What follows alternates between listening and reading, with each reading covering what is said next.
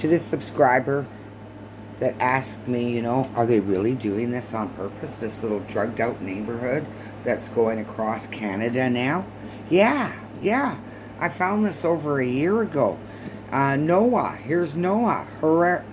I can't say his last name. So yeah, they've been pushing drugs to keep us all dumbed down, hoping they'll never see the truth. Then they presented us with another package light to keep us trapped in greed, with all the green belt wrapped around our minds and endless red tape to confine the truth. These guys are vile. I think that the biggest question maybe in economics and politics of the coming decades will be what to do with all these useless people. The problem is more... What are we going to do with useless people like this that are evil? I have no idea.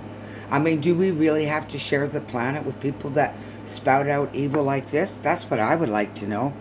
Boredom, and what to do with them, and how will they find some sense of meaning in life? How can we be bored when there's these evil, useless people that think that they run the world and they've been unelected? Nobody elected you, Noah. When they are basically meaningless, worthless. My best guess at present is a combination of drugs and computer games as a solution. Somebody should get Noah addicted to fentanyl. See how long he lives. For more. It's already happening.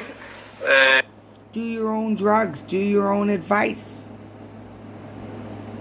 If you think you're a useless person in our society, you'd be wrong. You're a dangerous person in our society, and that's worse than useless. Under different titles, different headings, you see more and more people spending more and more time or solving their inner problems with drugs and computer games, both legal drugs and illegal drugs. You look at Japan today, and Japan is maybe 20 years ahead of the world in everything. And you see all these new social phenomenon of people having relationships with virtual spouses. And you have people who never leave the house and just live through computers. I think once you're superfluous, you don't have power. Again, we're used to the age of the masses of the 19th and 20th century, where you saw all these successful massive uprisings, revolutions, revolts. So we are used to thinking about the masses as powerful. But this is basically a 19th century and 20th century phenomenon. I don't think that the masses, even if they somehow organize themselves, stand much of a chance. We are not in Russia of 1917 or in 19th century Europe. What we're talking about now is like a second industrial revolution, but the product this time will not be textiles or machines or vehicles or even weapons. The product this time will be humans themselves. We're basically learning to produce bodies and minds. Bodies and minds are going to be, I think, the two main products of the next wave of all these changes. That is optional. Again, and if you think about it from the viewpoint of the poor, it looks terrible because throughout history, death was the great equalizer. The big consolation of the poor throughout history was that, okay, these rich people, they have it good, but they're going to die just like me.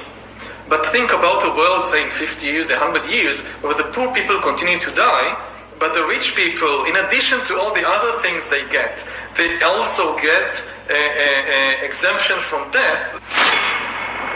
Once you really solve a problem like direct brain-computer interface, when brains and computers can interact directly, for example, to take just one example, that's it. That's the end of history. That's the end of biology as we know it.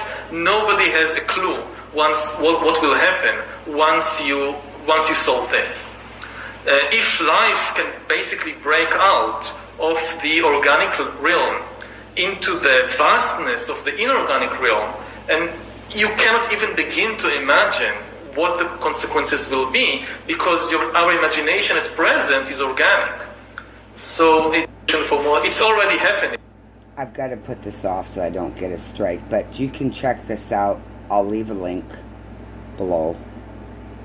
Absolutely disgusting to watch this over again. And this is why my neighborhood and neighborhoods across North America are screwed up with druggies. That they're allowing them to kill themselves on hard drugs. Keeping them off, you know, reality. Keeping them out of reality. They can't fight back. They have no power.